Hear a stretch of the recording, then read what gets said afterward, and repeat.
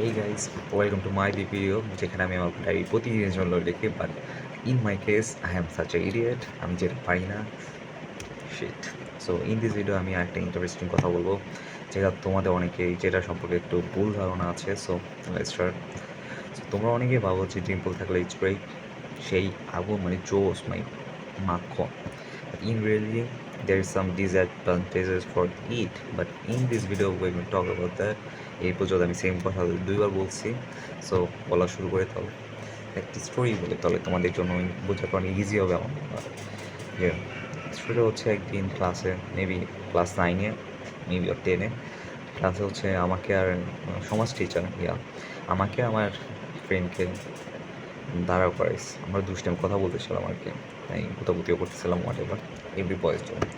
হ্যাঁ, তখন আমাদেরকে দাঁড়ানোর কথা দাঁড়ানোর পর আমি যখন স্যারকে মানে আমি অপরাধী এই জন্য ওকে এক্সপ্রেশন দিতেছিলাম, তখন আমি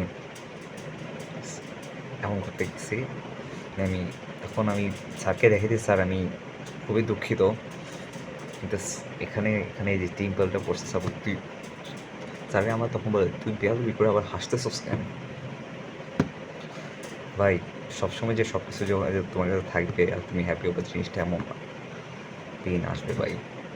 হ্যাঁ, তখন এই টিম্পলটা অনেক পেইন দিছে। আমি বারবার এমন করতেছে, আমার মধ্যে ঠোঁট পড়তেছে ভাই, কী করবো ভাই? The pain, I have also a pain for Dimple.